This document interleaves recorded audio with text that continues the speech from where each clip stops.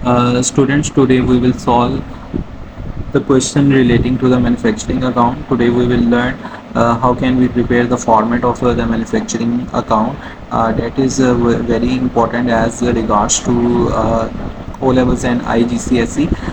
Manufacturing account basically ऐसा account है जिसमें आपके फैक्ट्री से रिलेटेड जितने भी एक्सपेंसेस हैं वो रिकॉर्ड किए जाते हैं, ठीक है, मैन्युफैक्चरिंग अकाउंट में। मैन्युफैक्चरिंग अकाउंट सिंपल वर्ड्स में अगर मैं इसके फॉर्मेट के रिलेटेड डिस्कस करूं तो इसमें आपके पास स्टार्टिंग में 3 चीज़ें आती हैं, जिसमें आपका सबसे पहले आता है डायरेक्ट मटेरियल।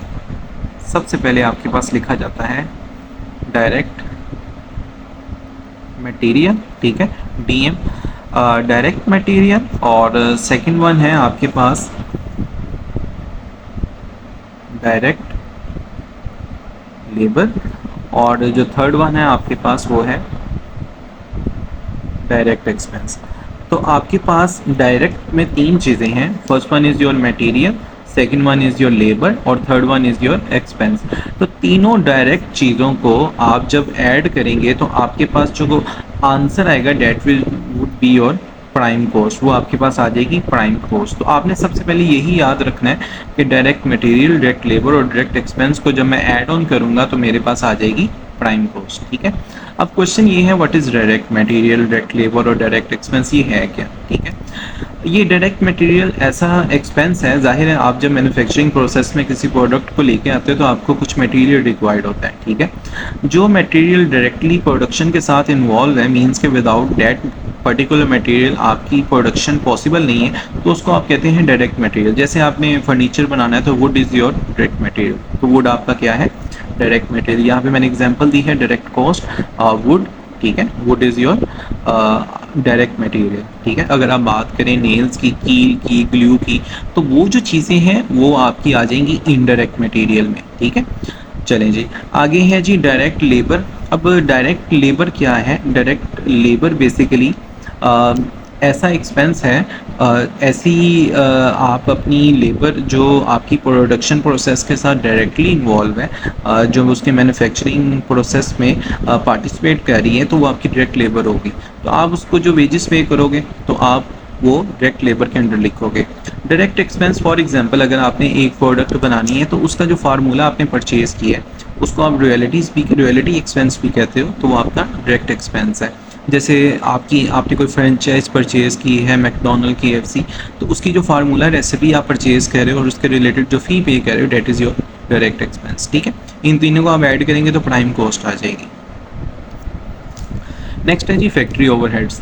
आपके पास फिर आ जाता है factory overheads, that is also known as indirect cost. मतलब ऊपर आपने डायरेक्ट कॉस्ट मेंशन की है, ठीक है, अब आपने इनडायरेक्ट कॉस्ट के रिलेटेड बात करनी है।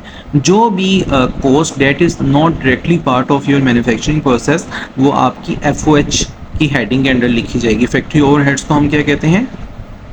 FOH।